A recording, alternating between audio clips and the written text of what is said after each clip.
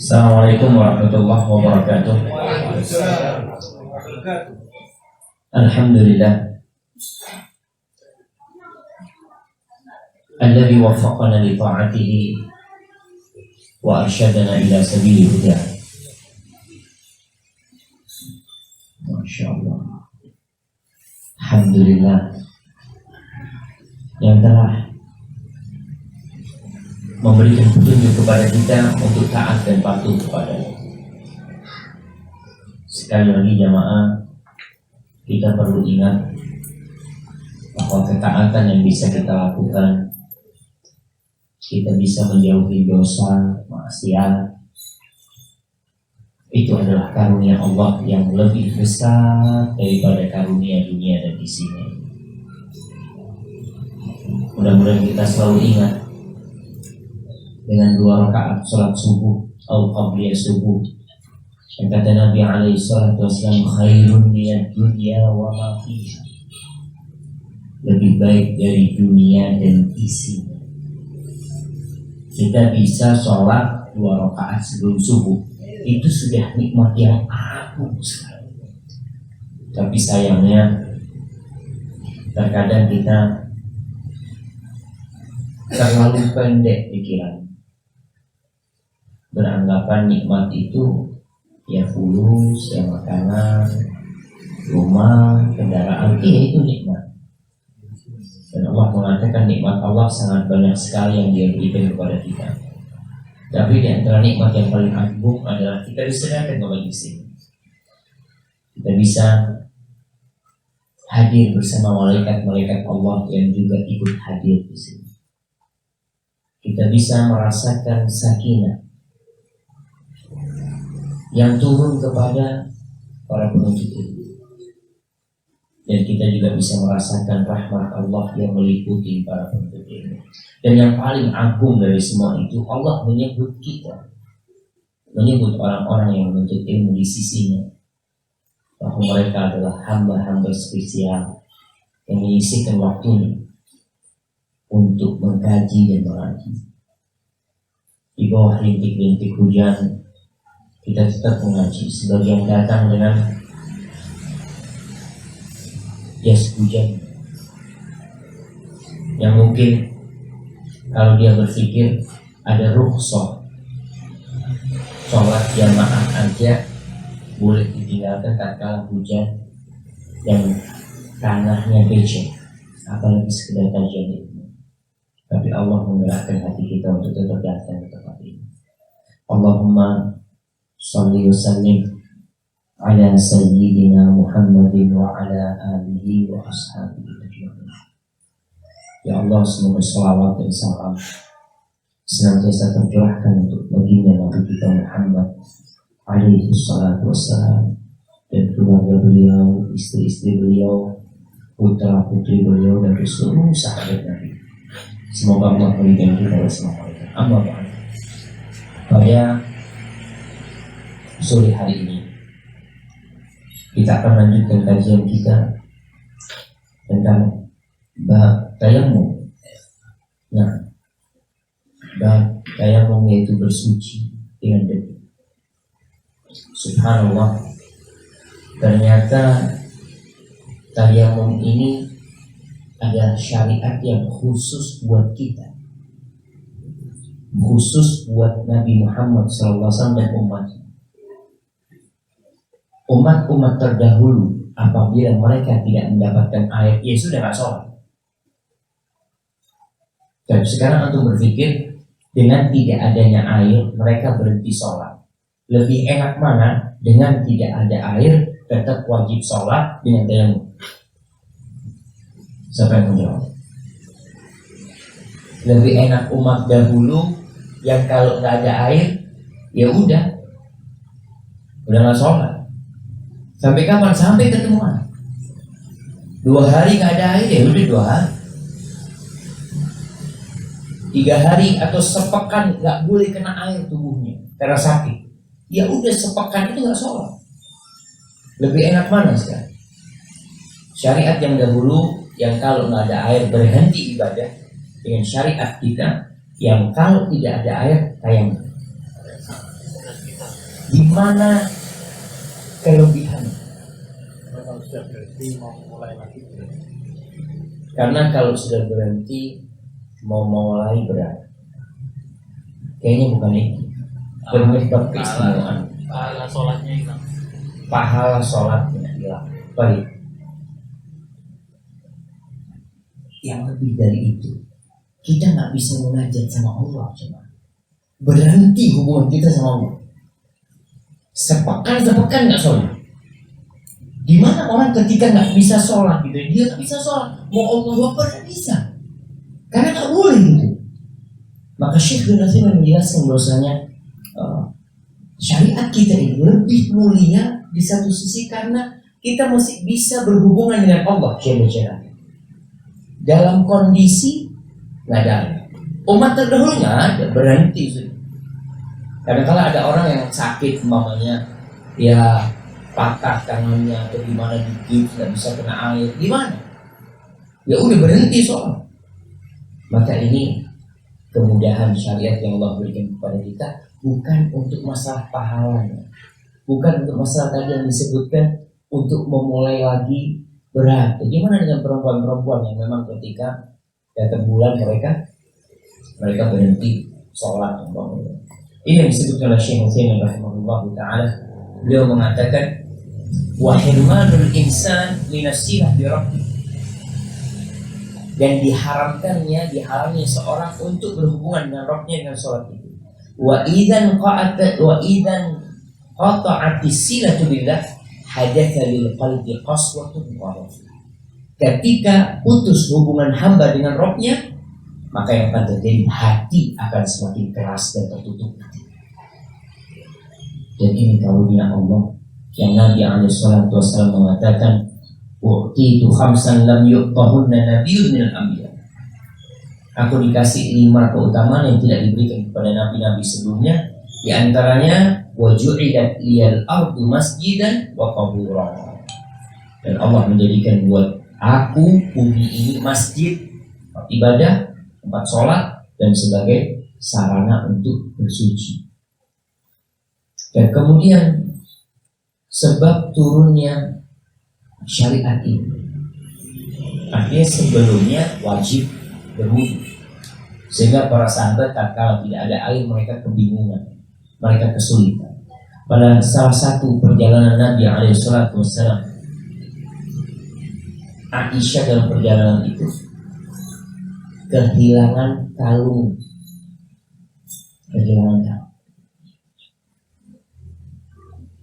Nah, antum kalau ini dagang emas, kalau kira-kira kehilangan kalung istri di satu tempat, ditinggal udah gampang, atau dicari,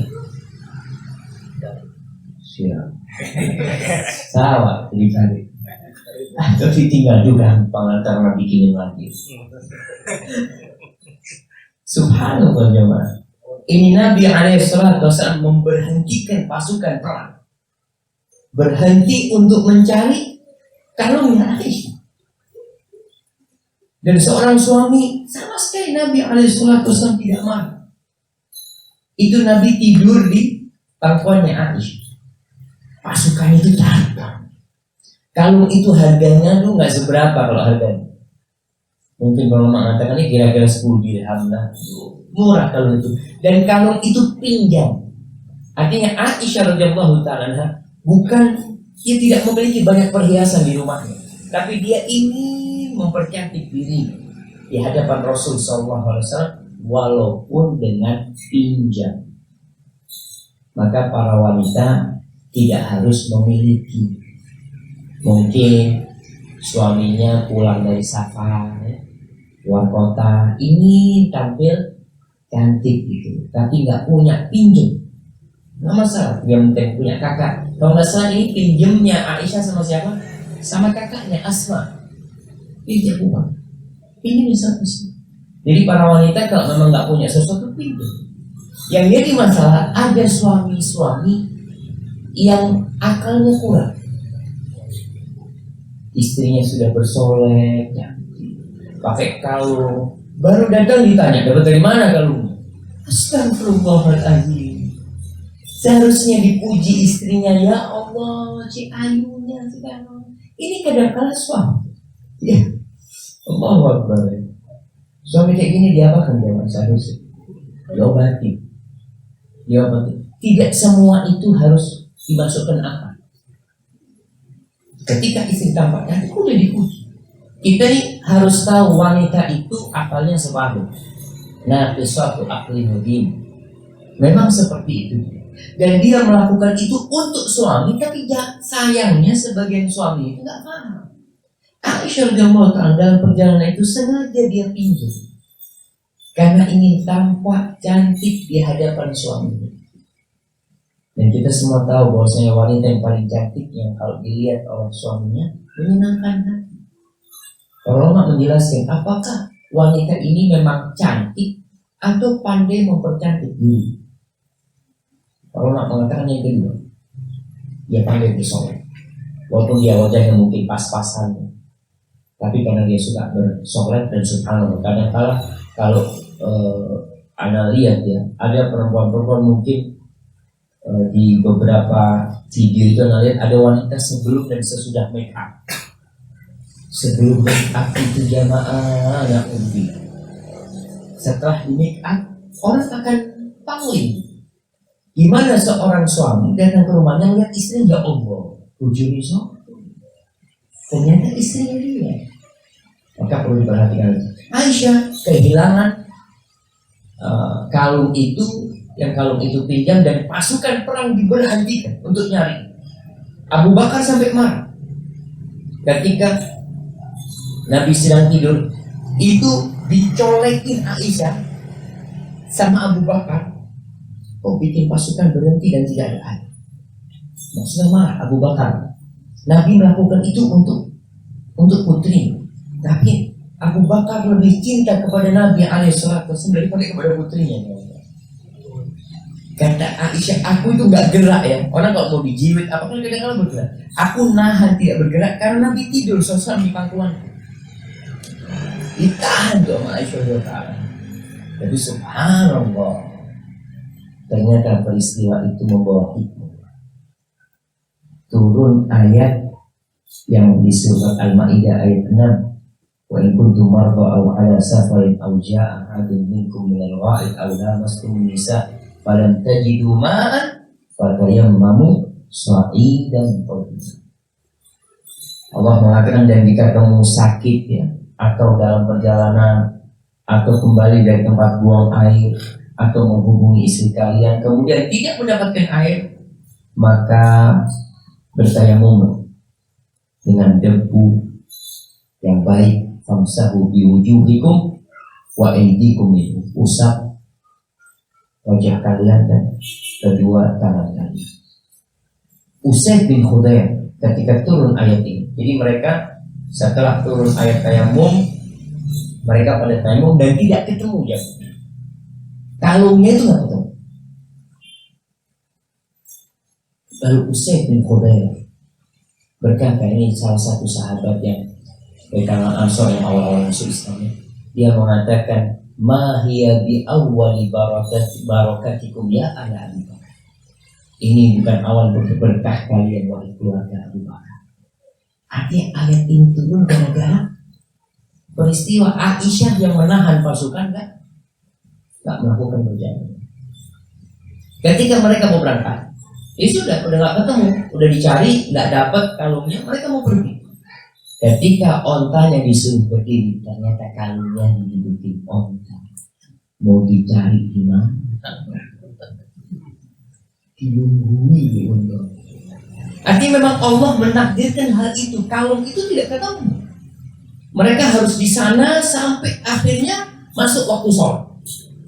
Ketika masuk waktu sholat, ya udah wajib mereka sholat. Terus gimana sholat? Gak ada air. Allah turunkan ayat ini. Ini berkah yang Allah berikan. Makanya kita itu harus husnudzon sama Allah ya. Peristiwa apapun yang menimpa kita, kalau kita berbaik hati, insya Allah pasti ada hikmahnya. Hidup kita akan damai insya Allah. Baik, berkaitan dengan tayamum ini, apakah tayamum ini mengangkat hadas atau hanya membolehkan orang sholat karena darurat. Jadi ulama beda pendapat. Apakah tayamum ini mengangkat hadas atau hanya membolehkan orang itu untuk sholat? Apa bedanya? Syekh bin Utsaimin menjelaskan perbedaan hal itu.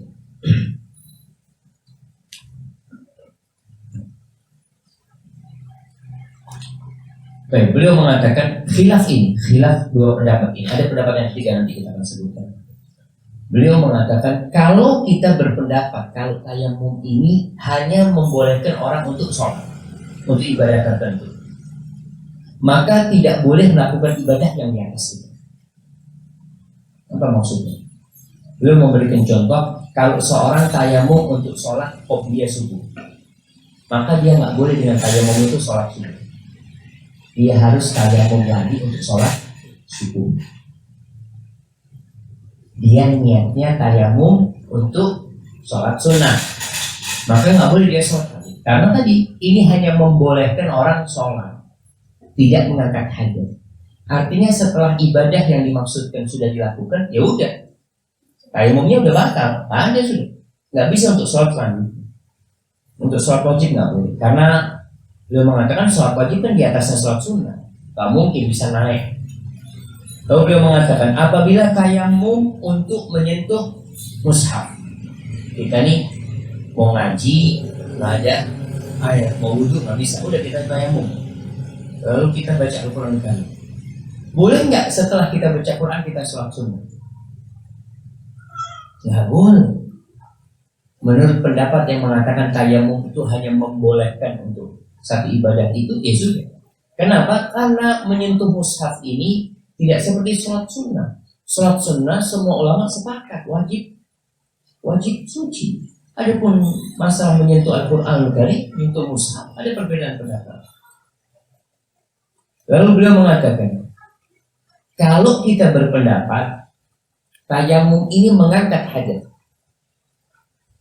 apabila seorang bertayamum untuk sholat sunnah, dia mau sholat qobliyah, dia tayamum, boleh nggak dia sholat fardu? Boleh, karena hajatnya terang. Apabila seorang tayamum untuk memegang mushaf, kemudian masuk waktu sholat, dia mau sholat qobliyah, boleh, karena hadatnya terangkat. Dia sudah tidak berhadat, fardhu sudah. Kemudian beliau mengatakan kalau kita berpendapat bahwasanya tayamum itu hanya membolehkan untuk sholat, fa idza kharajal waktu batal. Kalau waktu sholatnya keluar, batal. Kita tayamum untuk sholat duhur, kemudian kita ngaji habis sholat duhur, boleh nih, karena kan ngaji di bawahnya sholat fardu, kita tayamum untuk sholat fardu. Ngaji sampai masuk waktu asar, boleh nggak kita sholat asar dengan tayamum sholat duhur? Nggak boleh. Kalau keluar waktunya, ya udah harus tayamum lagi. Dan ini pendapat yang mengatakan itu hanya untuk membolehkan, itu pendapat Syafi'iyah, riwayat Imam Ahmad dan Imam Malik. Itu yang berkaitan dengan hanya membolehkan untuk ibadah. Kemudian beliau mengatakan, faidah tayammum lidzuhur, kalau dia tayammum untuk sholat duhur, dia mau sholat sampai isya nggak ada masalah. Kalau pendapatnya memang mengangkat hadas. Lalu dia mengatakan, kalau kita mengatakan tayamum itu hanya membolehkan untuk sholat, usturito ayan dia ma yatayammam lahu, maka disyaratkan dia meniatkan tayamumnya untuk apa? Tidak bisa dia tayamum niatnya untuk mengangkat hadas. Kenapa? Karena itu tidak terangkat hadasnya. Nggak bisa. Niatnya apa? Ya sudah. Niatnya itu mau apa? Mau sholat. Ya sudah, niatnya untuk sholat. Kalau sholat sunnah atau sholat wajib? Sholat wajib ya sholat wajib. Tapi kalau kita mengatakan tayamum itu mengangkat hadas, maka nggak perlu niat untuk sholat apa, untuk apa. Antum niat untuk mengangkat hadas dan antum mau sholat silakan. Ada pendapat yang ketiga, pendapat Ibnu Hazm dan dikuatkan oleh sebagian ulama ya, mengatakan tayamum itu mengangkat hadas selama tidak ada air. Kalau ada air batal tayamum. Berarti perbedaan pendapat yang ketiga. Artinya kita tayamum nggak ada air, kita sholat dulu. Kemudian kita tetap tidak batal sampai waktu asar. Pas asar turun hujan. Menurut pendapat yang kedua tadi, ya udah nggak ada masalah, itu sah karena hadatnya terangkat. Tapi menurut pendapat ketiga, batal, harus wudu karena ada air. Kalau junub ya harus mandi seperti itu. Ini pendapat tiga pendapat ini yang di Indonesia, mazhab Syafi'i kita tahu mereka menggunakan mazhab yang pertama tadi, kalau tayamum ini tidak mengangkat hajat tapi hanya membolehkan orang untuk ibadah tertentu. Tapi anda lihat Syekh Utsaimin menguatkan pendapat yang kedua, bahwa tayamum itu mengangkat hajat. Jadi hajat itu terangkat. Selama antum belum batal, ya udah batal. Dan sekarang dari syariatnya tadi sudah kita bacakan di surah Al-Maidah ayat 6. Kemudian hadis Nabi SAW, beliau mengatakan inna as-sa'ida thayyiba tahurul muslim wa in lam yajidil ma'a asyra sinin. Kata Nabi SAW, sesungguhnya debu yang bersih adalah, ya ini terjemahannya diterjemahkan debu. Sa'id itu di sini terjemahkan debu. Nanti kita akan lihat bahwasanya sa'id dalam bahasa Arab itu artinya segala sesuatu yang naik di atas bumi. Maka ketika kita mengatakan debu berarti tayamum harus pakai debu. Tapi sebagian ulama mengatakan enggak. Yang sahih sa'id itu segala sesuatu yang naik di bumi. Batu pun sa'id, boleh antum tayamum dengan batu walaupun di atasnya tidak ada debu. Umpamanya ada orang nggak boleh kena air, lalu dia tayamum debu yang mulu, bukan debu, batu yang mulu, habis turun hujan kan nggak ada debu di atasnya, lalu dia tayamum, boleh nggak? Menurut pendapat yang mengatakan sa'id itu segala sesuatu yang naik di atas bumi, boleh. Mau pakai batu kapur, mau pakai batu padas, mau pakai granit, apa aja sih, pokoknya yang naik di atas bumi. Dan di sini terjemahannya mengatakan debu, bahwasanya debu yang bersih adalah sebagai pembersih bagi orang muslim walau ia tidak mendapatkan air selama 10 tahun. Artinya itu mengangkat hajat. Ini sebuah dispensasi, sebuah keistimewaan negara kita. Sebab-sebab yang membolehkan tayamum. Dibolehkan bertayamum ketika tidak mampu menggunakan air, baik karena tidak ada air atau karena dikhawatirkan semakin memburuknya kondisi badan yang sakit, atau karena suhu dingin yang mencapai titik maksimum atau sampai titik udah membahayakan. Jadi yang pertama, tidak adanya air. Tidak ada air ini gimana maksudnya? Di tempat itu, di rumah anak nggak ada air, di rumah tetangga ada air, Ustaz. Boleh nggak kita tayamum? Jamaah, nggak ada, Ustaz. Anak malu mau minta sama tetangga. Jadi tetap berarti ada air. Tinggal itu bagaimana? Kalau mengatakan boleh nggak kita beli air? Boleh, tidak ada masalah. Kecuali harga airnya di atas batas normal. Kita ini paceklik, nggak ada air. Orang jualan air, kan ada dulu orang jualan air yang galonan ya seperti itu ya. Wajib belikah kita air tersebut? Atau kita cukup tayamum? Para ulama menjelaskan apabila harga airnya di atas batas normal, maka kita tayamum. Nggak apa-apa. Karena kita nggak mampu, ini sudah nggak wajar gitu. Kalau ngomongnya sekarang di airport harga air berapa? 10.000 kan masih normal. Tapi gimana ketika harga air 100.000? Ngomongnya kita di airport nggak ada air, orang pada jualan air dijual 100.000. Tayamum nggak? Tayamum apa beli air? Kalau antum punya duit banyak, boleh, nggak ada masalah. Tapi bagi orang yang tidak memiliki, maka boleh dia tayamum, boleh dia tayamum. Baik, jadi sebabnya tidak ada air. Yang kedua, kondisi orang sakit atau suhu dingin, artinya kalau dia pakai air membahayakan diri. Jadi ini tidak apa-apa untuk bertayamum. Terus Imran bin Husain, Syekh menyebutkan dalilnya. Kenapa butuh dalil? Karena kita beragama tidak ikut hawa nafsu kita. Kita beragama nih, ya jangan sampai seenak kita. Soalnya kalau sudah beragama, apa kata akal kita? Banyak orang mengatakan menurut saya, menurut pendapatku sih nggak ada masalah. Agama ini dari Allah, sehingga kita perlu belajar mencari tahu apakah memang Allah membolehkannya. Kita ini ngomong tayamum nih. Dari mana kita ngomong tayamum? Apakah dari diri kita? Iya, kalau susah air tayamum. Bukan, kan memang Nabi alaihissalam yang memerintahkan hal itu, Allah yang menyuruhnya. Dan bisa dibayangkan sahabat Nabi Sallallahu alaihi wasallam ketika tidak ada air, mereka tidak ada pikiran mau pakai debu. Nggak ada. Yaudah ini karena nggak ada air, gimana kalau kita manfaatkan debu? Nggak ada. Mereka nunggu sampai turun air itu, berarti bisa pakai debu. Baik. Di sini Imran bin Husain radhiyallahu anhu berkata, "Kunna ma'a Rasulillah sallallahu alaihi wasallam fi safar. Fa shalla bin nas.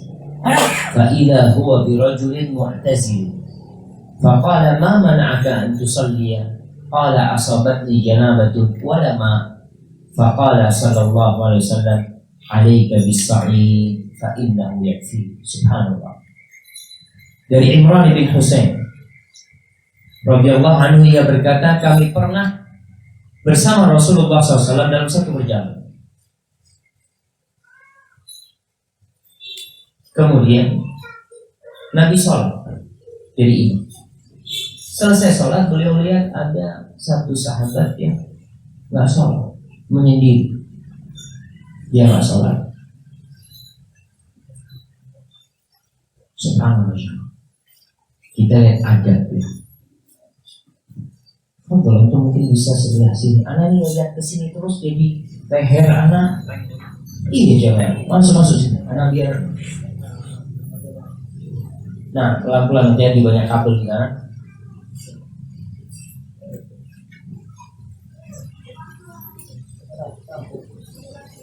Ya, antum masih. Aiywa, masya Allah. Ahlan wa sahlan. Leher anak mulai enak ya antum. Antum lihat adab Nabi alaihissalam. Bagaimana Rasul sallallahu alaihi wasallam ketika menegur. Nah, lihat orang nggak sholat dan ditanya, "Ma mana'aka an tusalli?" Kira-kira kalau kita melihat orang nggak sholat, kita ngomong apa? Antum muslim ngomong.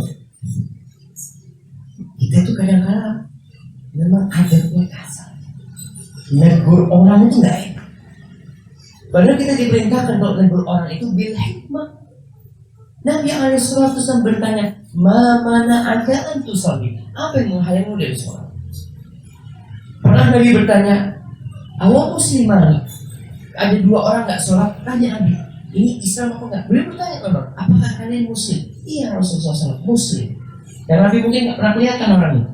"Kenapa nggak sholat?" Baru ditanya kenapa nggak sholat. Tapi kalau kita tahu fulan itu muslim, nggak perlu antum mengatakan antum muslim nggak, dia tinggal sholat. Padahal kita tahu dia itu muslim. Maka yang perlu ditanya, kenapa nggak sholat? Mungkin ada uzur. Ini namanya husnudzon semuanya. Maka sahabat itu mengatakan asobatni janabah. Dia mengatakan, ya Rasulullah SAW, aku junub walama, dan tidak ada air. Sahabat ini tidak tahu hukumnya. Ayat itu padahal sudah turun. Tapi orang itu ketika tidak tahu, ya sudah, mau gimana lagi? Dia beribadah sesuai dengan ilmu yang sampai kepada kita. Akhirnya di sini Nabi alaihissalatu wassalam mengatakan, "Alaika bis-sa'id fa innahu yakfi." Hendaklah kamu bertayamum dengan debu, karena itu cukup. Bertayamum dengan debu itu Anda cukup apa? Ya cukup untuk mengangkat hadas. Sekali lagi saya sampaikan ada dua pendapat. Ada yang mengatakan mengangkat hadas, ada yang mengatakan hadasnya tidak terangkat hanya untuk darurat. Tapi hadis ini mengatakan ya cukup, berarti cukup sudah untuk ibadah. Tidak ada penjelasan tayamum untuk junub ya, untuk sholat. Nanti kalau mau sholat sunnah lagi tayamum lagi, nggak ada, nanti tidak menjelaskan hal itu. Dan kemudian hadis yang kedua. Jadi tadi ini dalil bahwasanya diperbolehkan tayamum apabila tidak ada air. Tapi ingat, kita diperintahkan untuk mencari air. Para ulama menjelaskan mencari air itu sampai kemana nyari air. Sebagian mengatakan ya setengah farsakh lah, 2,5 kilo kira-kira cari airnya, nggak ada cukup. Ada yang mengatakan cari air selama tidak keluar waktu sholat. Jadi kalau kita katakan mau keluar waktu sholatnya udah sholat berarti, karena tidak ada air. Gimana Ustaz? Kalau di tempat yang memang nggak ada air, apa perlu nyari? Ya nggak perlu nyari. Antum tahu lokasi ini tidak ada air, padahal pasir yang kering kerontang, nggak ada. Apakah perlu nyari? Nggak perlu, karena itu akan menambah beban buat dia. Tapi kalau ada kemungkinan mungkin ada air, maka cari. Ini sahabat mengatakan walama, dia mengatakan tidak ada air, berarti Nabi tahu memang tidak ada air ketika itu. Namun sahabat ini belum punya ilmu kalau boleh tayamum atau disyariatkan tayamum. Hadis yang kedua berkaitan dengan sakit sekarang, rukhsah orang yang sakit. Ini masya Allah Islam itu jemaah. An Jabir radhiyallahu anhu qala kharajna fi safarin fa asaba rajulan minna hajarun fashajjahu fi ra'sihi thumma ihtalam. Jabir bin Abdullah radhiyallahu anhu mengatakan, suatu saat kita bersama rombongan dalam perjalanan, salah seorang di antara teman kita itu ada yang terkena batu kepalanya dan terluka kepalanya. Thumma ihtalam. Kemudian dia tidur dan bermimpi. Ini jamaah subhanallah ya. Kadang-kala orang itu mimpi di kondisi susah, sakit, tahu mimpi. Dan anak pernah kejadian ketika itu kita camping sama anak pondok di gunung, jemaah Allah, dingin sekali. Sebagian teman mimpi, anak termasuk akhirnya kita turun ke sungai. Wallah, sungainya dingin ya. Alhamdulillah selamat itu. Kalau umpamanya es, itu bisa bayangin kayak di Jepang. Anak di Jepang merasakan jamaah dingin 5 di bawah derajat. Anak masuk kamar mandi itu wudhu itu gemetar. Masuk kamar baru merasakan anak, tapi tangannya masih gemetar. Ternyata di kamar mandi itu ada heaternya. Anak nggak tahu. Ya namanya orang desa ya. Jadi ada heater khusus kamar mandi. Antum walaupun wudhu pakai air panas, kalau hawanya di bawah 5, di bawah 0, antum bisa bayangin keluar kena hawa itu langsung begini. Setelah pakai heater, masya Allah, bisa kita mandi ya, karena kemudahan. Di sini sahabat ini malam hari mimpi, dia tidur mimpi, lalu dia bertanya kepada para sahabatnya, fasala ashabahu faqala hal tajiduna liya rukhsah fi tayammum. Ayat tayamum sudah turun, tapi mereka berpikir tayamum hanya untuk berwudu, untuk mengangkat hadas kecil. Maka dia tanya, kalian dapat nggak aku ini boleh tayamum, rukhsah tayamum? Faqalu mana jidulaka rukhsah wa anta takbiru alal ma. Mereka mengatakan, enggak, kita nggak ngelihat ada rukhsah buat engkau, padahal engkau bisa pakai air. Bisa air ada dan engkau bisa pakai air. Faktasa, mandi orang. Sama mati. Bayangkan, karena hawanya dingin mungkin, terus karena memang ada luka di kepalanya yang menyebabkan ya air itu membuat lukanya tambah parah. Kan kadang-kadang dokter, kalau kita ke dokter luka, dokter mengatakan nggak boleh kena air. Karena apa? Untuk mempercepat kesembuhannya atau supaya tidak parah, bukan. Lalu mati ya sudah selesai, dikubur. Falamma qadimna ala Rasulillah sallallahu alaihi wasallam ukhbira bidzalik. Ketika mereka sampai ke kota Madinah, berjumpa dengan Nabi alaihi salatu wasallam, berita itu disampaikan kepada beliau. Faqala, apa kata Nabi SAW? Ini bagaimana bencinya Nabi dengan kebodohan. Bodoh ini sentral segala kemungkaran. Jahat. Nabi ketika mendapatkan informasi itu, beliau sallallahu alaihi wasallam berkata, qatalu, mereka membunuhnya. Mereka yang ngasih fatwa tadi membunuh. Qatalahumullah, semoga Allah membunuh mereka. Nabi marah. Nabi mengatakan, ala sa'alu idza lam ya'lam. Kenapa mereka tidak bertanya ketika mereka belum tahu hukum? Fa innama shifa'ul ayyi aw ayyi as-su'al. Innama kana yakfihi an yatayammam. Beliau mengatakan SAW, kenapa mereka tidak bertanya ketika mereka tidak ngerti? Sesungguhnya obatnya penyakit itu adalah bertanya. Obatnya kebodohan itu adalah bertanya. Padahal sebenarnya dia itu cukup bertanya. Cukup dia terima. Tapi udah terbunuh. Lewat hadis ini, banyak ulama yang menegur ulama-ulama lain yang berfatwa, yang kemudian fatwanya menyebabkan terjadinya pembunuhan, terjadinya peperangan yang tidak selesai. Di antara yang contohkan oleh para ulama kejadian di Syam, di Suriah. Pada waktu itu rakyat bergerak berontak karena memang ada arahan-arahan dari para ulama yang menganjurkan mereka untuk menggulingkan Asad. Kenapa? Karena mereka melihat di beberapa negara berhasil. Di Mesir berhasil, presidennya turun. Di Libya berhasil, presidennya turun. Kemudian di Tunis berhasil, presidennya turun. Maka mereka memfatwakan memang kondisi Syam ini susah. Mereka difatwakan untuk menggulingkan pemerintahnya karena memang pemerintahnya jauh dari Islam, bahkan sebagian ulama sudah mengkafirkan Bashar Assad dengan kondisi dia seperti itu. Tapi apakah kondisi rakyat mampu menggulingkannya? Ini yang butuh fatwa orang-orang yang memang paham. Jangan sampai akhirnya berontak yang terjadi bayi-bayi ibu, perempuan-perempuan diperkosa. Atas fatwa siapa ini? Siapa yang tanggung jawab? Bagaimana ini Nabi SAW marah karena satu sahabat terbunuh gara-gara tayamum, gara-gara dia mandi, karena fatwa yang salah sebenarnya. Nabi marah besar, murka besar.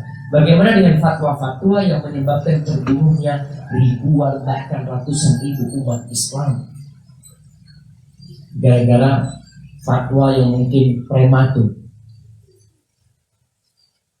Dan fatwa dulu ulama yang melarang itu bukan digembosi, dikatakan ulama-ulama yang suka mengembosi, yang mereka adalah antek-antek pemerintah.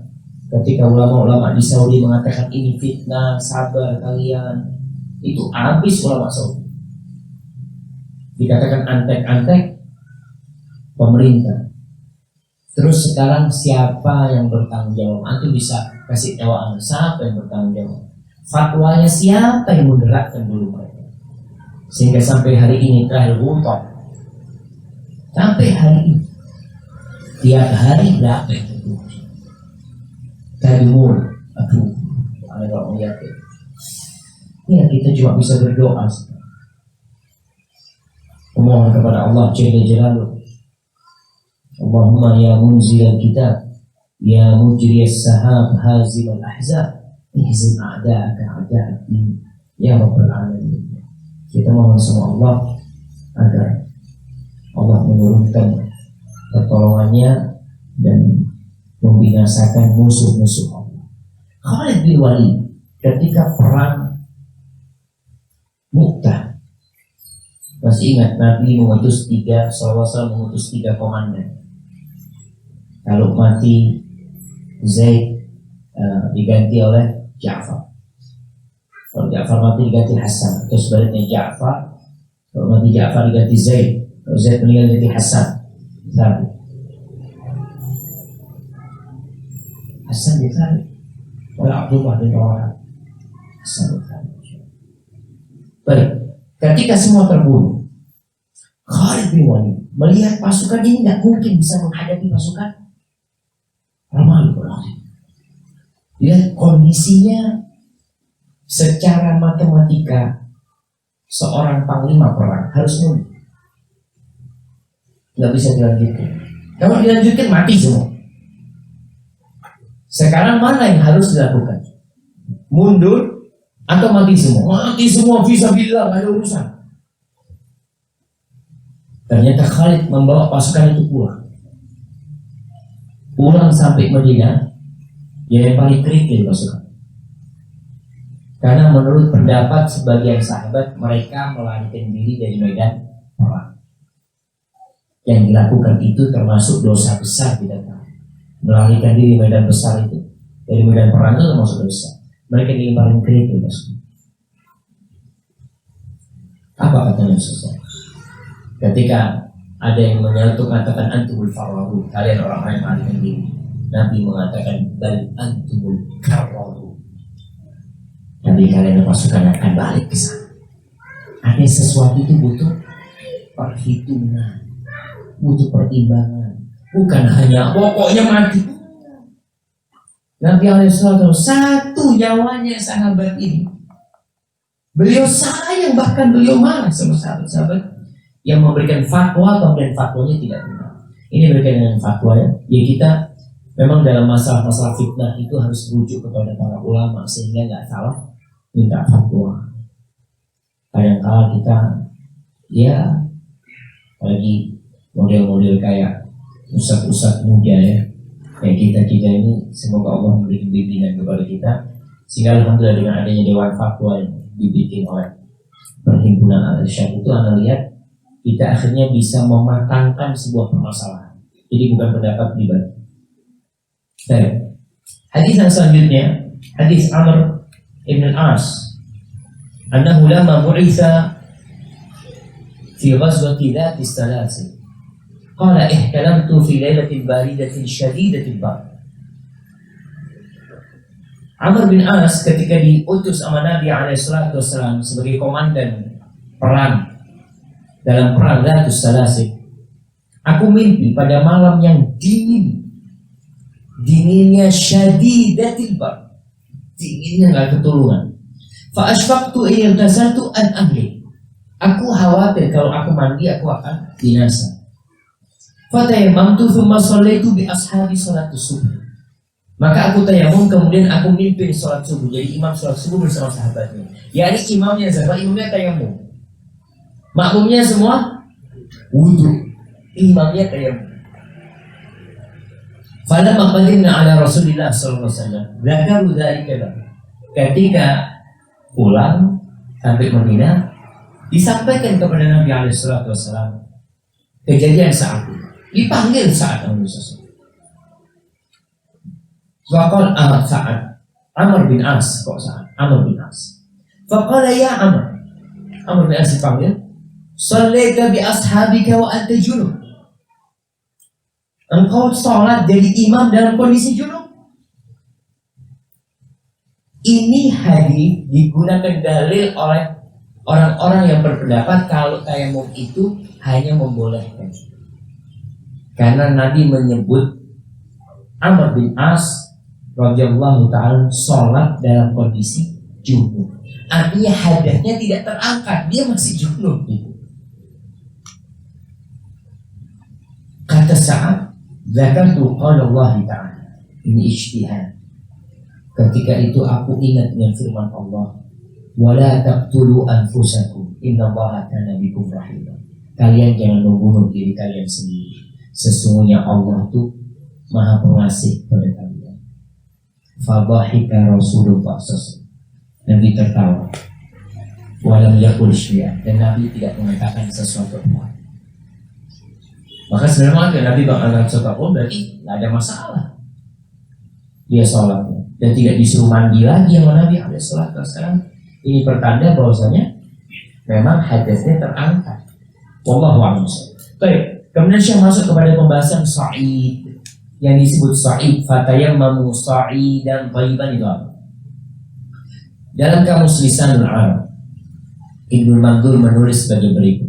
Sa'id berarti tanah. Tanah maknanya bukan debu. Kita tahu debu itu partikel-partikel kecil tanah itu. Kerikil bukan debu, batu bukan debu. Beliau mengatakan sa'id Arab. Jadi ini terjemahannya tanah sih. Ya bisa, Arab itu terjemahannya bisa, karena bisa berarti bumi. Bumi itu. Ada yang berpendapat ia adalah tanah yang baik, bumi yang baik. Ada pula yang mengatakan ia adalah setiap debu. Debu itu yang kita tahu debu. Kadang kala menempel di batu, menempel di tanah. Artinya tanah kalau kena hujan nggak ada debunya. Lalu dia mengatakan di dalam Al-Quran ditegaskan fatayammamu sa'idan thayyiban, maka bertayammumlah dengan sa'id yang baik. Abu Ishaq mengatakan sa'id adalah permukaan tanah. Artinya segala sesuatu yang ada di permukaan tanah bisa buat tayamum. Apa saja. Lalu beliau mengatakan maka orang yang hendaknya cukup menepukkan kedua tangannya pada permukaan tanah dan ia tidak perlu ambil pusing apakah pada permukaan tanah yang dimaksud terdapat debu atau tidak. Orang sakit di atas tempat tidurnya, mau tayamum, antum lihat ada batu, langsung kasihkan. Lihat tayamum. Ustaz, nggak ada debunya. Menurut pendapat yang mengatakan itu permukaan tanah, sudah semua yang naik ke tanah itu sahih, bisa untuk tayamum. Nggak perlu antum apa dilihat dulu batunya. Oh, ini enggak ya? Pakai apa? Kaca pembesar. Oh, udah ada. Nggak perlu lagi. Tembok nanti tembok. Kita akan bicara tentang tayamum dengan dinding. Ada disebutkan. Ini sekarang dinding itu kan ya sudah di dalam rumah. Artinya sudah dibikin. Kalau dindingnya dari tanah beda lagi nanti. Kan kalau kayak gini kan dindingnya sudah tertutup sama cat. Tapi ada dinding yang ya dulu itu dindingnya dari tanah, batu bata kemudian dilabur tanah lagi. Kalau sekarang enggak, batanya itu sudah digoreng dan goreng, tanahnya sudah dibakar. Apakah boleh? Apabila itu barangnya memang tetap tanah, nggak ada masalah pun sebagai tidak memboleh. Kita kembali kepada pembahasan ini. Karena itu seandainya suatu kawasan seluruh berupa padang batu yang tak berdebu, kemudian orang yang bertanya menepukkan tangannya pada permukaan batu itu, maka yang demikian itu baginya sebagai media pembersih jika dia mengusap wajah. Ini sebagai media pembersih, kan media pembersih sebagai media bersuci. Kalau pembersih orang kena debu bukan tambah bersih, tambah kotor, ini bersuci. Artinya dia letakkan yang di muka bumi itu di wajah dia, di raga yang paling mulia di dirinya, untuk membersihkan wajahnya atau untuk menyucikan diri. Untuk menyucikan diri. Kalau wajahnya kena debu malah kotor. Antum bisa melihat orang kalau kena debu dipegang kotor, karena kalau sujud antum berdebu. Jika dia mengusap wajah dengan tepukan itu, dia letakkan di atas batu, kemudian dia usap wajahnya, sah tayamum. Bagaimana sifat tayamum? Kita sudah paham bahwa segala sesuatu yang ada di muka bumi boleh untuk tayamum. baik itu kerikil, baik ada debu atau tidak ada debu. Dan sifat tayamum bagaimana? Tayamum yang ma'ruf. Nah, antum, gimana antum tayamum? Coba praktek. Masya Allah, di punggungnya dia. Oke, semua punggungnya dia itu apa? Tinggi. Baik. Terus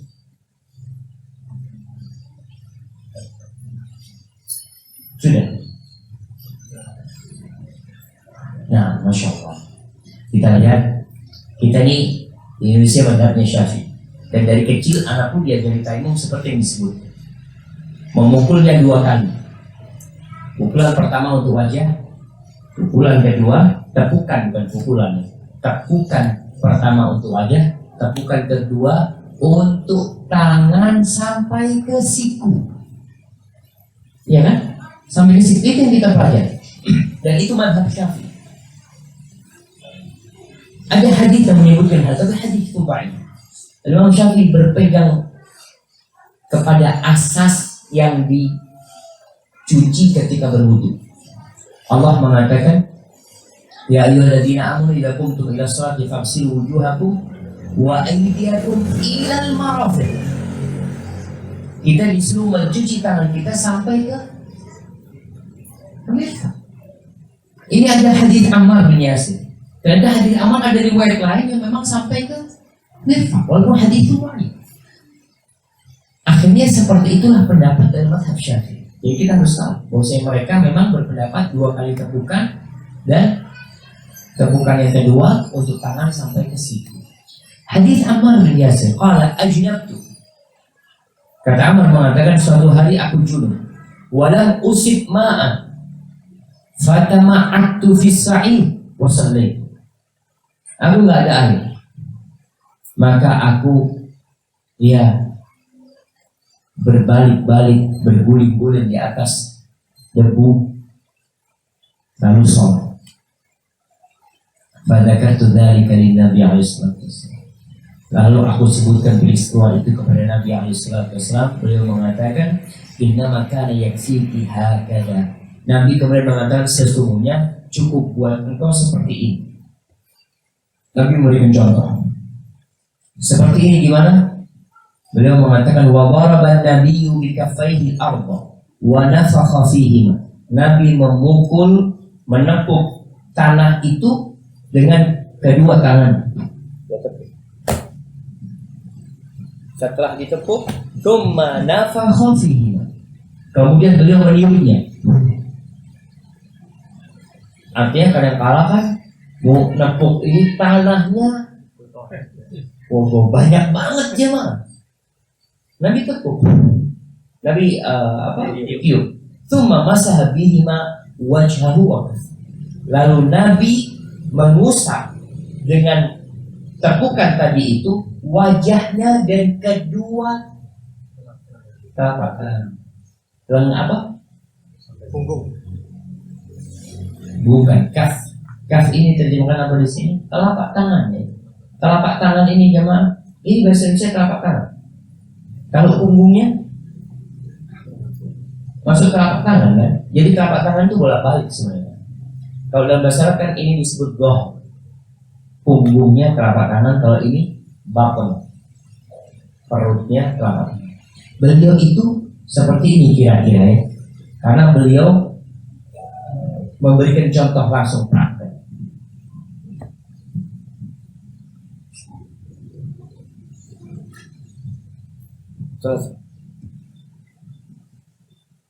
Jadi tidak 2 kali tepukan dan tidak sampai ke siku. Karena memang tadi yang disampaikan ada 2 pendapat ulama, ada yang mengatakan berpendapat dengan hadis Ammar bin Yasir yang tadi kita bacakan, bahwasanya cukup seperti itu. Ada dulu diajarin tayamum itu agak berat sebenarnya. Jadi cara waktu di pondok dulu diajarin tayamum itu, jadi mengusapnya itu harus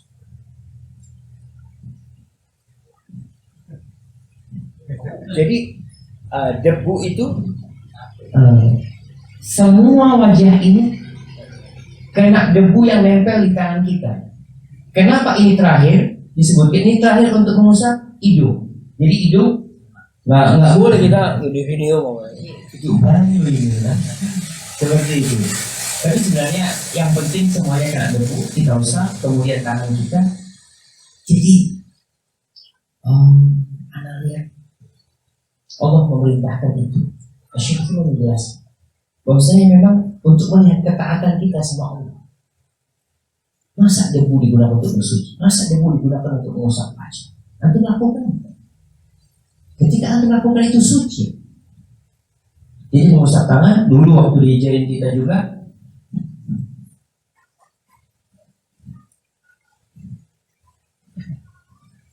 Jadi si opos pokoknya lah Kalian juga.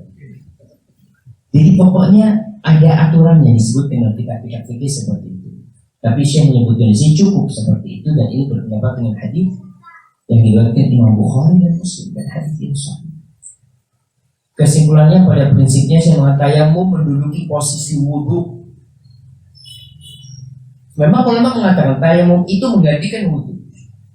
Tapi yang dibicarakan itu apakah mengangkat hadas atau hanya membolehkan untuk sholat. Maka dihalalkan dengan tayamum apa saja yang dihalalkan dengan wudhu. Dan boleh tayamum sebelum tibanya waktu asar. Waktu sholat sebagaimana halnya boleh berwudhu sebelum datangnya waktu sholat, serta boleh mengerjakan sholat semampunya sebagaimana sholat dengan wudhu sebanyak rakaat yang dia mau. Ini Syekh ikut pendapat yang mengatakan bahwasanya mengangkat hadas. Mereka yang mengatakan itu hanya membolehkan sholat, maka tidak boleh bertayamum kecuali setelah masuk waktu sholat. Keluar waktu sholat tayamumnya batal. Hal-hal yang membatalkan tayamum, beliau mengatakan di sini tayamum akan batal dengan apa-apa yang membatalkan wudhu. Sama. Juga batal dengan adanya air bagi yang bertayamum yang sebelumnya tidak ada air. Ini berarti Syekh berpendapat tayamum itu mengangkat hadas sampai ada air. Kalau ada air batal tayamumnya. Pendapat nomor 3 itu Ibnu Hazm dan disebutkan, dan Ibnu Taimiyah juga pendapat seperti itu. Dan disebutkan juga adanya kemampuan menggunakan air bagi orang saat bertayamum yang sebelumnya tidak mampu. Mobil warna hitam. Mobil apa? mobil apa? Iya, ada mobil warna hitam.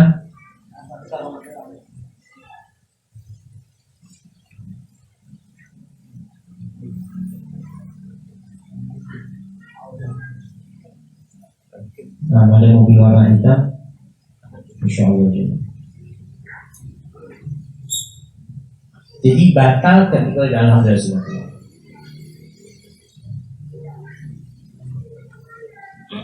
Batal ketika ada air, dan batal ketika boleh pakai air. Awalnya nggak boleh kena air. Lalu dokter mengatakan antum sudah boleh kena air. Oh ya sudah. Berarti nggak bisa untuk sholat lagi dengan tayamum itu. Antum tadi tayamum sholat maghrib tayamum. Karena mengatakan ya memang nggak boleh kena air. Setelah antum isya ke dokter dilihat, nah insya Allah nggak apa-apa kena air ini sih. Antum nggak boleh sholat isya dengan tayamum tadi. Antum harus wudhu karena sudah batal. Jadi dia itu mengangkat hadas sampai ada air. Beliau mengatakan sedangkan sholat yang sudah dikerjakan tetap sah, tidak perlu mengulangi. Nah perlu dia mengulangi sholatnya. Karena pada waktu tadi sholatnya sudah benar, hadasnya sudah terangkat. Kemudian disebutkan di sini hadis Abu Sa'id Al-Khudri radhiyallahu anhu qala kharaja rajulani fi safarin fa hadara fi shalah wa laysa ma'ahuma ma'. Ada dua orang yang melakukan perjalanan dalam satu saat, kemudian masuk waktu sholat tidak ada air. Fatayammama sa'idan thayyiban fasallaya. Mereka akhirnya tayammum, kemudian sholat dengan tayammum tersebut.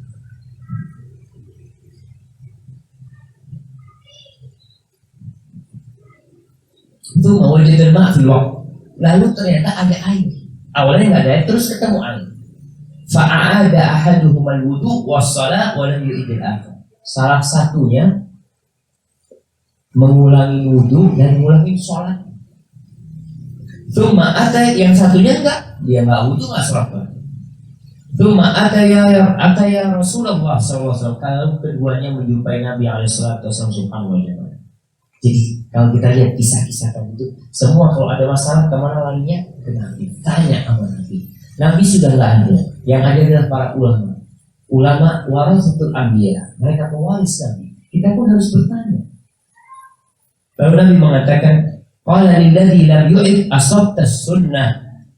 Beliau mengatakan kepada yang tidak mengulangi, engkau telah menepati sunnah.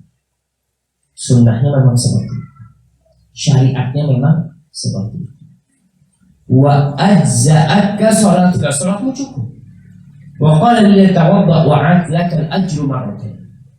Adapun buat orang yang ngulangi, maka dikatakan engkau dapat pahala double. Terus sekarang lebih baik mana sih? Yang dapat pahala double atau yang menepati sunnah? Yang menepati sunnah. Artinya kalau orang ini sudah tahu ilmunya, kemudian dia menyelisihi sunnah, enggak, ana mau untuk Ustaz supaya dapat double, enggak. Waktu itu sahabat ini enggak ngerti, dia enggak paham hukumnya, maka dia dapat pahala double.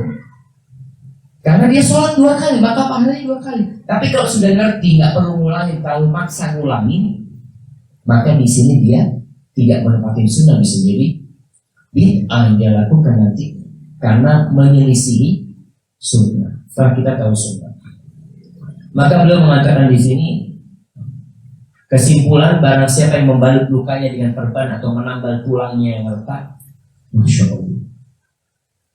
Memang terjemahan ini kadang-kadang menakutkan, menambal tulangnya yang retak. Oh, sudah ditambelnya. Bukan ditambal, apa bahasa Indonesia?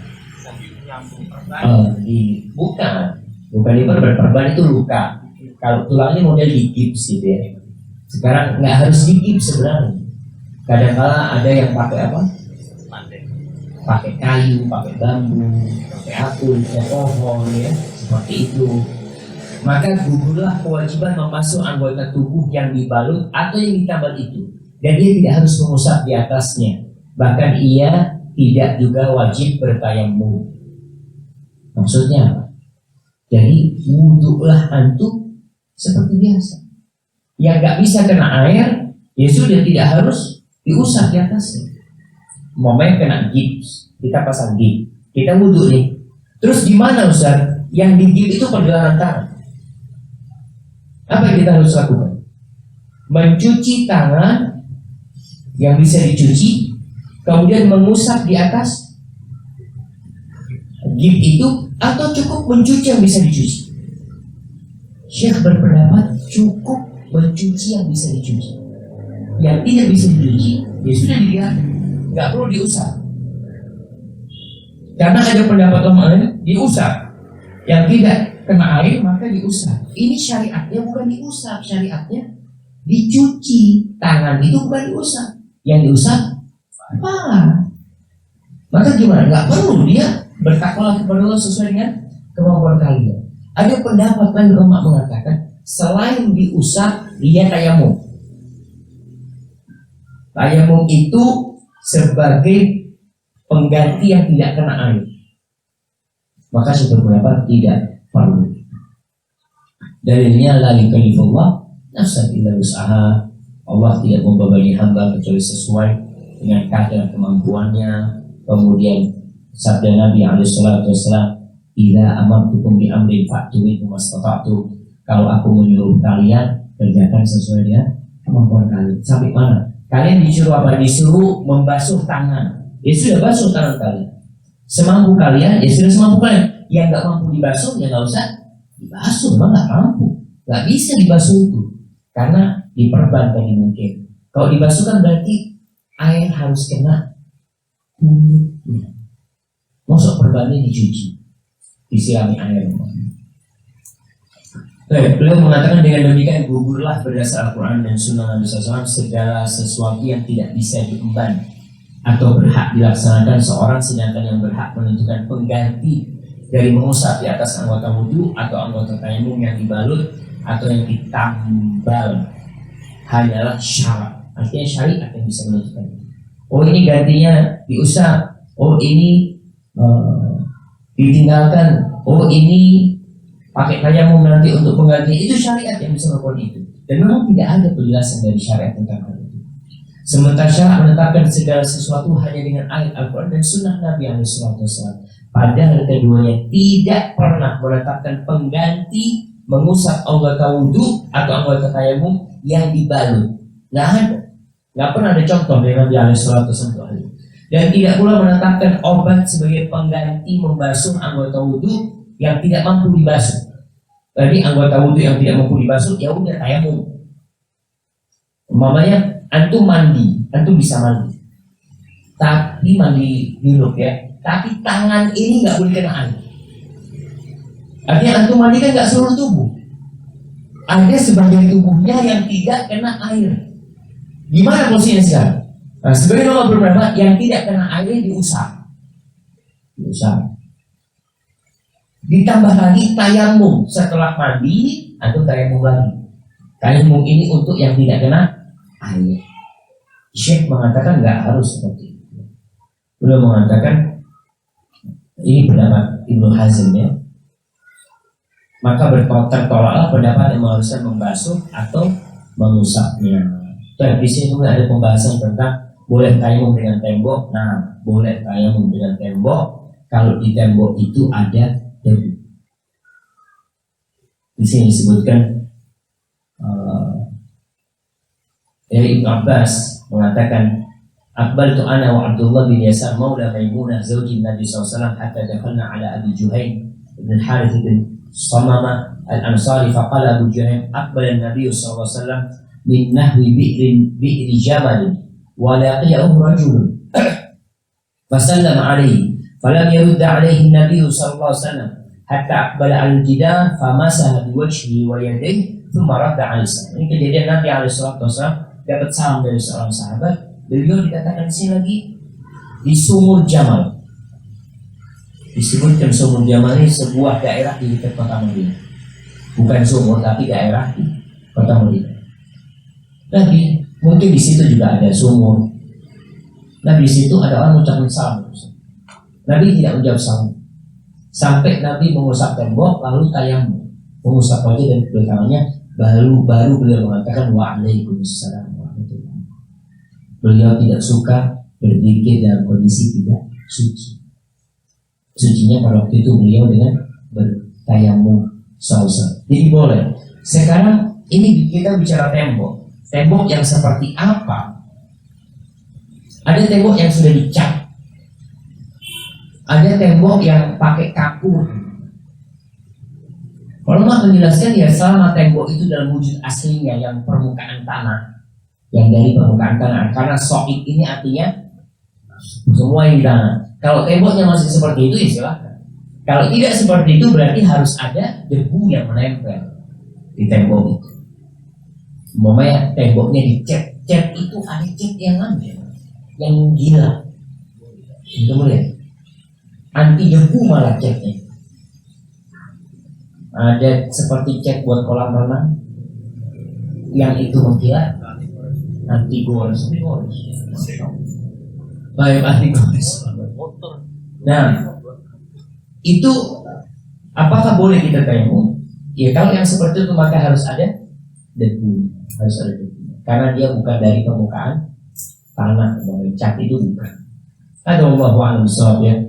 Kemudian berkaitan dengan tayamum di pesawat. Tayamum di pesawat ini boleh nggak tayamum di pesawat? Kondisi tadi sudah disebutkan, ada air atau tidak ada air bersama. Ada air bersama. Berarti kalau ada air kita wajib berwudu. Tapi gimana? Airnya ini hanya untuk satu orang, satu persatu. Di dalam kitab Kifayatul Akhyar, Syarah Matan Al-Syukur, disebutkan bagaimana kondisi kalau orang ini di sumur. Sumurnya itu hanya satu orang yang bisa ngambil. Artinya orang banyak nggak dapat air. Kalau dia nunggu sampai giliran dia, maka dia akan keluar waktu. Seperti di pesawat. Kadang-kala kalau untuk sholat subuh, kalau pulang dari umroh itu, kan subuhnya cepat. Kalau kita nunggu antrian di kamar mandi, itu kehilangan waktu. Karena tadi toiletnya cuma ada 6, jumlah jamaahnya 300. Kalau 300 bagi 6 jadi 50, antrian 50. Kalau satu orang wudhu di sana itu 5 menit, orang Indonesia ini kalau wudhu lama aja. Kamar mandinya itu lama kadang-kadang, tapi ngantri kadang-kadang di sana itu memang. Kalau 5 menit kali 50 berapa? 5 kali 5 250 menit. Entek waktu sholat itu habis. Maka terkait itu maka boleh tayamum bagi yang tidak kedapatan air. Ya dia nggak mungkin, anak sudah ngalih aku nggak mungkin sih. Ada tayamum. Tapi pakai apa tayamum? Apakah di pesawat itu ada media untuk tayamum? Apakah temboknya pesawat itu dari muka bumi atau enggak? Maka di sini jadi perdebatan para ulama. Maka mungkin tayamum sampai sekarang belum keluar fatwa untuk itu ya. Ada yang mengatakan ya mungkin bisa tayamum di karpetnya, karena karpetnya itu berdebu lah. Orang kan pakai sepatu apa, ketika masuk saat karpetnya itu pasti ada debu, tinggal ditepuk, insyaallah ditepuk tangannya dia tayamum. Ada wallahu a'lam bishawab. Itu bisa kita kaji kesempatan ini. Sallallahu ala nabiyina Muhammad wa ala alihi wasallam.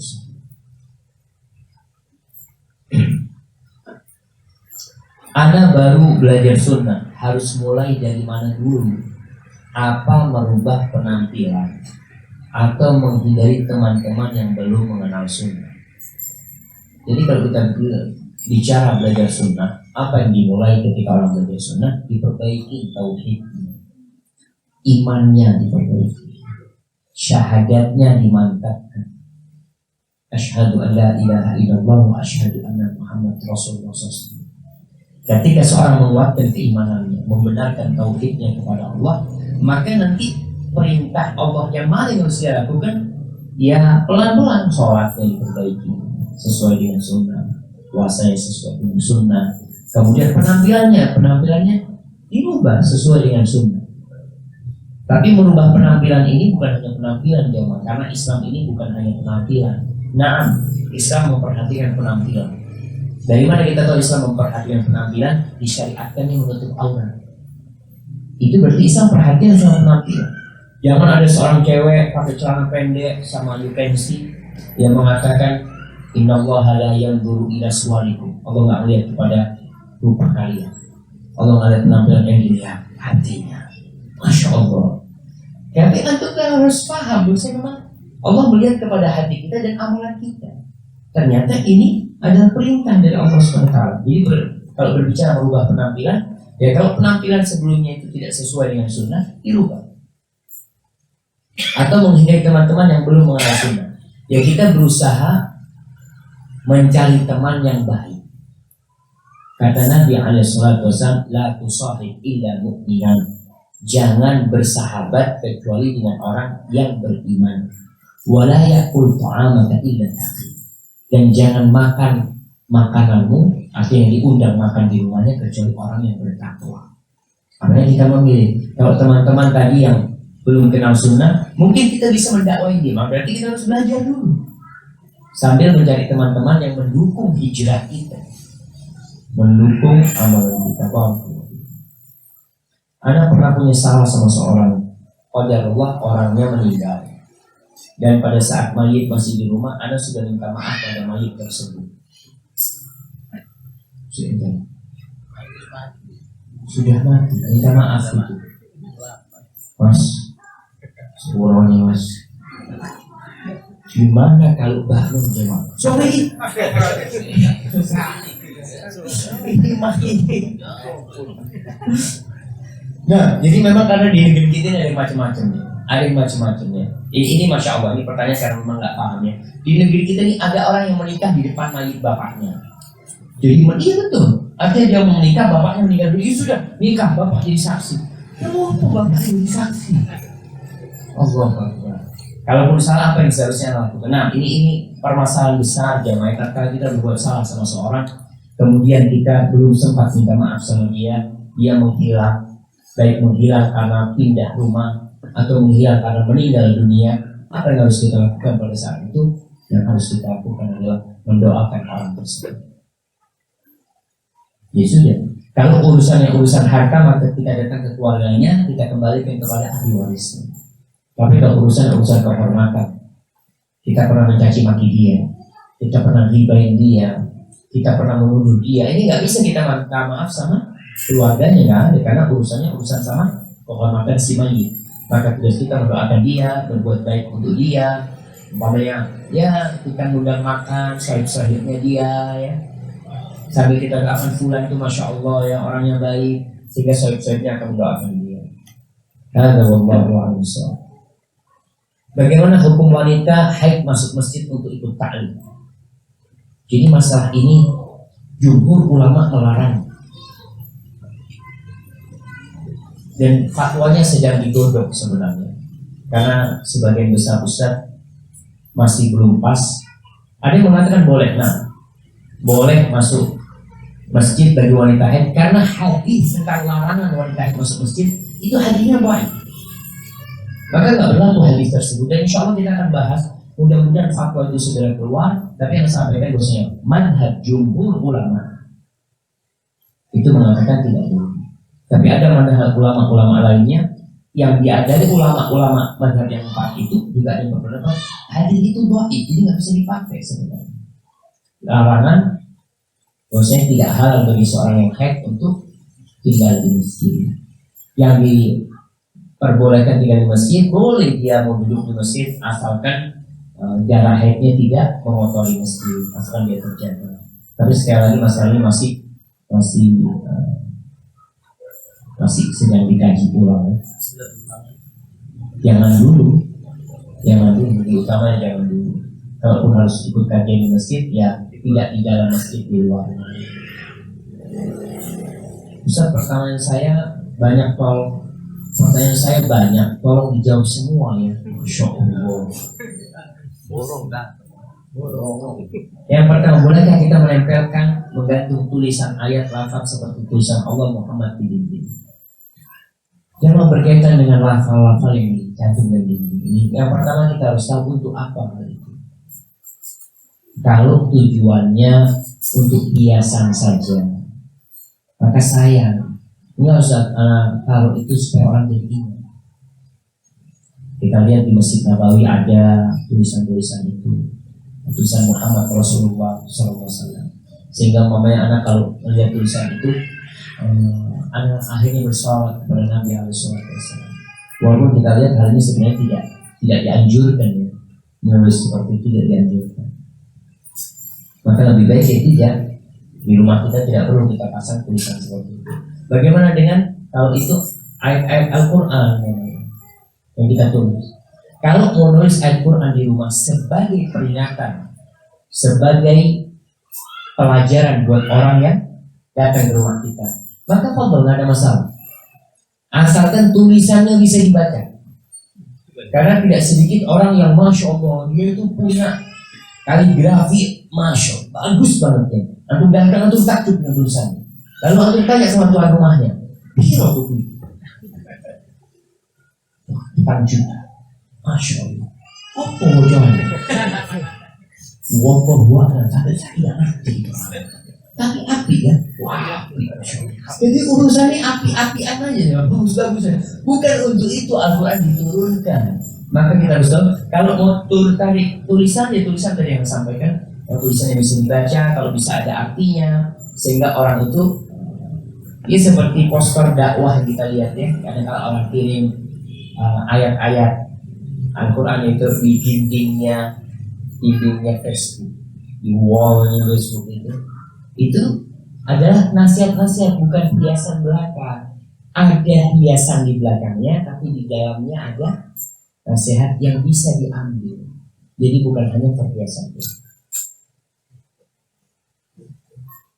Nah, seperti masjid-masjid dan bangunan ini tadi juga sebutkan. Bagaimana dengan seorang wanita menikah tanpa wali dan keluarga tidak ada yang tahu, status belum pernah menikah? Apakah sah? Nggak sah nikah. Nggak sah nikah. Ayu mamra'atin nakahat nafsaha fanikahuha batil. Perempuan mana saja yang mengawinkan dirinya sendiri nikahnya batal. Masya Allah. Nah, Assalamualaikum Ustaz. Jika si fulan alergi debu yang efeknya bisa gatal dan bersih dengan cukup lama, bagaimana solusinya?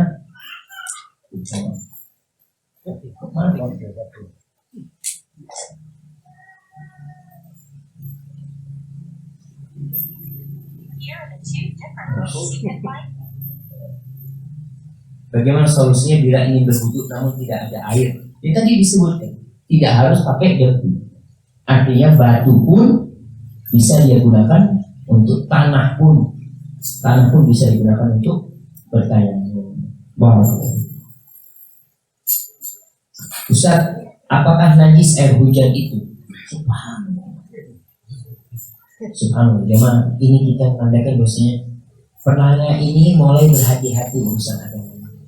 Mungkin selama ini dia nggak peduli kena hujan, kena apa, mungkin sholat kadang-kadang juga dia terlambat. Sekarang dia mulai takut gitu kan. Apakah najis air hujan itu? Mengingat rok kaos kaki kami sering kena genangan ketika hujan turun. Kami jadi was-was untuk memakainya sholat. Bagaimana hukumnya? Nah, air hujan itu termasuk air yang suci. Bahkan berwudu dengan air hujan. Bagaimana dengan kena genangan air hujan? Nggak ada masalah ketika air hujan mengenang dan wujudnya wujud air ya, nggak berubah aromanya, nggak berubah warnanya dengan sesuatu yang merubah dia, wujud nggak ada masalah, itu suci. Warnanya coklat karena dia berubah bukan dengan materi dari luar. Artinya tanah yang berubah, dan tanah itu suci juga. Tidak menjadikannya najis. Jadi yang berubah air itu karena sesuatu yang najis maka dia jadi najis, atau air itu berubah dengan materi dari luar yang menghilangkan nama airnya jadi hilang. Umpamanya teh, air kena teh, apakah ini jadi air? Enggak, jadi air teh. Jadi nggak bisa digunakan untuk itu karena nama airnya sudah terangkat. Sabun juga. Air tegar.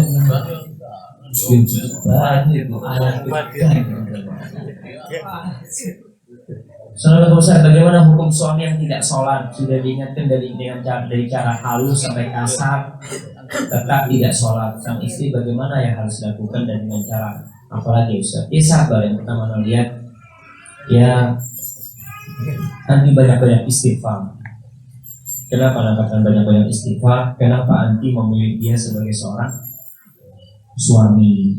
Sedangkan kita tahu kita diperintahkan menurut sunnah Nabi SAW memilih suami yang agamanya baik dan akhlaknya mulia. Sekarang ini orang tidak agamanya baik, agamanya buruk, nggak sholat, hukum Islam dia tinggalkan, banyak istighfar. Kemudian setelah itu diperbaiki suami pelan-pelan. Memperbaiki itu ya dengan cara baik-baik, jangan pakai kasar. Nggak mungkin suami itu bisa dengan cara kasar.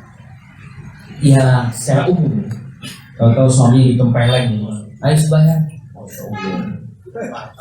Atau suaminya pulang disediakan penjalin, mas sembahyang apa enggak? Enggak sholat. Enggak seperti itu gitu, memperbaiki suami yang tidak sholat. Pelan-pelan dikasih buku, diajak kajian, ya, perlahan. Mudah-mudahan tidak. Iya sama, udah sering telat sih masih alhamdulillah dia masih sholat ya, pelan-pelan diajak suaminya. Jika kita hutang tahun lalu dalam mata uang asing, kemudian akan bayar di tahun ini, misal, tapi dalam mata uang berbeda, apakah boleh kurs yang dipakai, utang yang dipakai tahun lalu saat berhutang atau tahun ini saat akan bayar? Nggak ada masalah asalkan dengan kurs tahun ini dia bayar itu tetap sebenarnya bayar uang asing. Umpamanya dolar, dia bayar $1.000, cuma cruise-nya 13 juta, dia bayar 13 juta 900 semua dia bayar. Karena itu hari ini. Anda lihat fatwa ulama membolehkan hal itu, ada masalah. Apakah juga terlarang menggibahin orang kafir? Apa hubungannya terlarang menggibah seperti memakan bangkai saudaranya? Berbeda tentunya menggibahin orang kafir. Karena Nabi SAW menyebutkan ghibah itu zikruka akhaka bima yakrah. Engkau menyebutkan saudaramu, saudara sesama Islam artinya. Kalau ghibahin orang kafir apakah masuk? Nggak masuk. Tapi pertanyaannya, kenapa antum ghibahin orang kafir? Kenapa? Kalau ada kejelekan di orang kafir itu, ya kenapa harus jadi bahan omongan? Enggak usah kita ngomong ini supaya pada tahu. Anda ngomong-ngomong supaya hati-hati sama pulang. Maka nggak ada masalah kita seperti itu. Tapi kalau nggak ada gunanya, tentu lebih baik menggunakan waktunya untuk hal lain yang bermanfaat. Bagaimana hukumnya jika suami belum bisa memberikan nafkah untuk keluarga, tetapi anak sebagai istri alhamdulillah bisa menutupi kebutuhan tersebut. Anak ikhlas karena itu bernilai sedekah. Tapi pada saat uang suami cair, anak ingin tahu uang itu agar transparan, tapi suami menolak. Apakah kita sebagai istri tidak boleh tahu sekarang? Bukannya anak minta ganti hanya saja agar kita saling terbuka. Ya memang sejatinya ada suami-suami yang kurang bersyukur mungkin sama istrinya. Jadi istri tidak harus tahu, istri tidak harus tahu dengan keuangan. Tapi kalau antum kondisinya ternyata istri yang selama ini menyugupi antum, padahal kewajiban antum mencukupi dia. Seharusnya dalam kondisi seperti ini, ya kita berbuat baik sama istri kita, walaupun dia nggak wajib tahu, nggak harus dia tahu uang kita. Kira-kira nggak juga membuat dia senang. Alhamdulillah perusahaan cair banyak ini itu. Cuma memang kadang-kala jemaah suami ini takut dimintai bonus. Buat lagi kadang-kala. Masya Allah. Jadi orang ini kalau full itu, ya Allah ya, Anda juga mungkin mudah-mudahan Allah mampunya. Kita tuh kadang-kadang kalau fulusnya sedikit, kita buka-bukaan sama hari ini. Aduh, apa penghasilannya cuma sekian, sepi. Kalau rame, alhamdulillah sudah nggak perlu tanya, kasih hadiah. Nggak perlu tanya, kenapa? Dan kemarin subhanallah, ini ada pertanyaan yang kasih hadiah bisa jawab.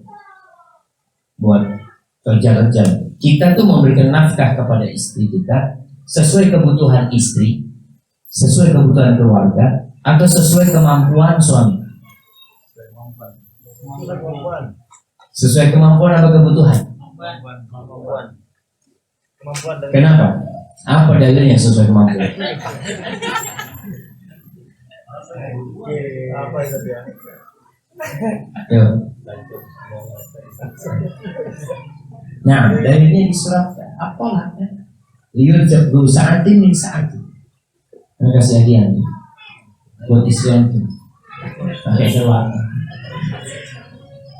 Yunfiqdu sa'atin min sa'ati. Kata Allah, hendaklah seorang memberikan nafkah itu sesuai dengan keluasan dia. Orang yang kaya hendaklah memberikan nafkah sesuai keluasan dia.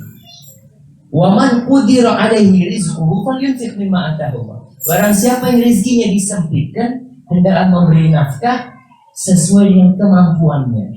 Ini enak Islam itu jemaah. Enak buat yang laki, enak buat yang perempuan.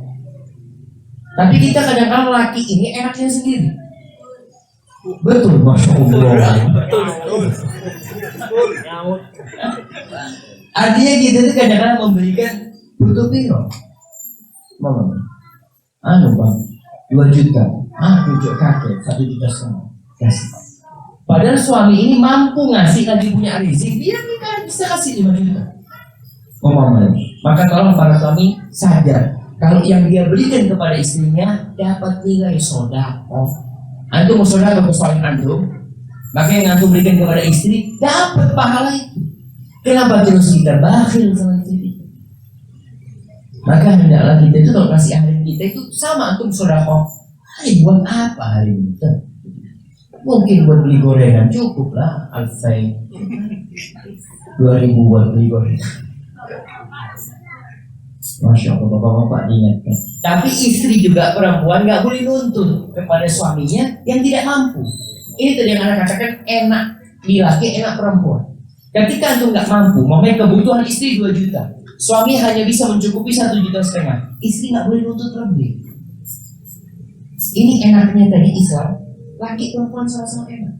Si mamanya, bang sekarang ini nggak cukup 1,5 juta bang buat belanja. Tapi karena suami aku cuma punya gaji sekian, terus gimana? Ya dicukupkan. Itu tugasnya istri. Karena ini yang aku ini. Istri nggak boleh ngomong, bang ini tetangga bang, itu uang belanjanya sudah 3 juta. Masa anak tetap 1,5 juta? Maka sampaikan kepada istrinya, Afwan, anti istrinya tetangga apa istrinya anak? Kalau istrinya tetangga silahkan minta nafkah sama tetangga. Ini kan sesuai dengan kemampuannya gitu loh. Ada wallahu a'lam bishawab yang bisa sampaikan pada kesempatan kali ini. Semoga kita bisa menjadi lebih baik di dalam kehidupan ini. Ilmu yang kita dapat bisa mendorong kita untuk lebih takut kepada Allah Jalla Jalaluhu. Subhanallah wa bihamdika asyhadu an la ilaha illa anta astaghfiruka wa atubu ilaik. Assalamualaikum warahmatullahi wabarakatuh.